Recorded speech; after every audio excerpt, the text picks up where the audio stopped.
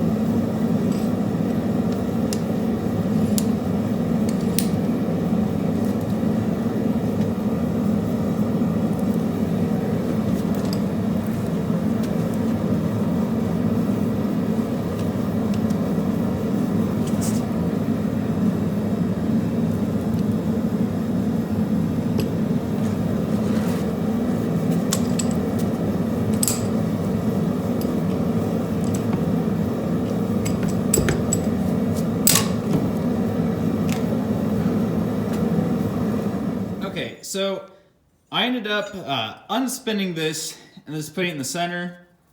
After looking at it, it just didn't quite look right having the whole thing spiraled, so I said I'm just gonna make it the center.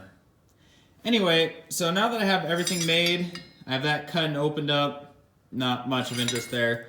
What I'm gonna do is I'm gonna take my railroad spike, tack weld it into that, and then tack weld this little piece here, which will be my front hook.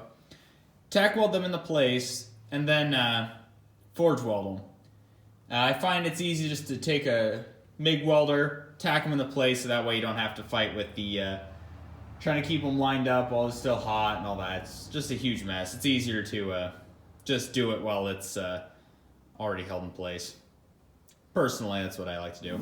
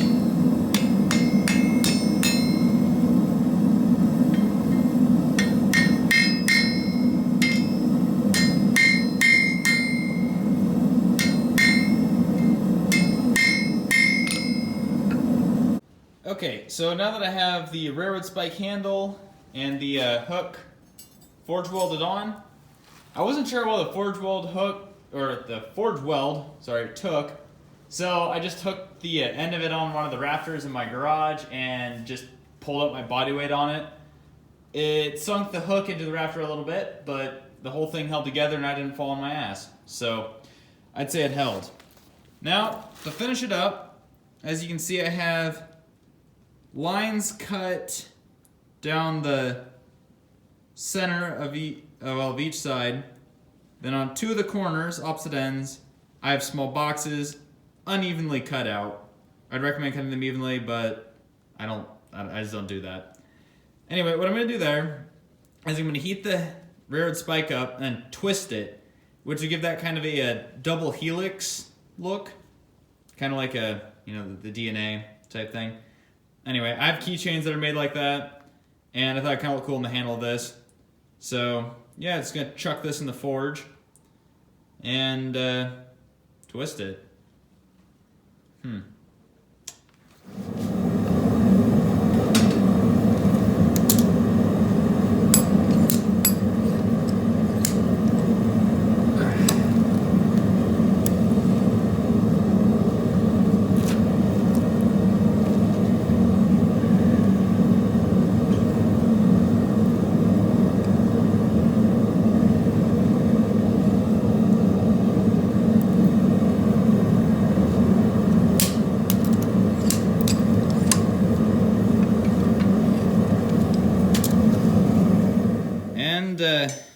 After a bit of cleanup with a wire wheel, get the scale off and all that, leftovers from the flux, real messy.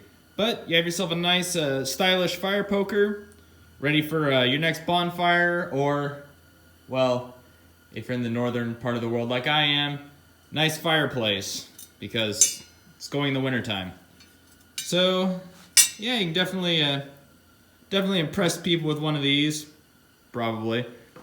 I wouldn't know. I don't hang out with people. Nor do I have a fireplace.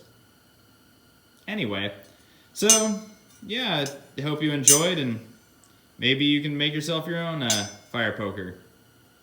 Or you know, something.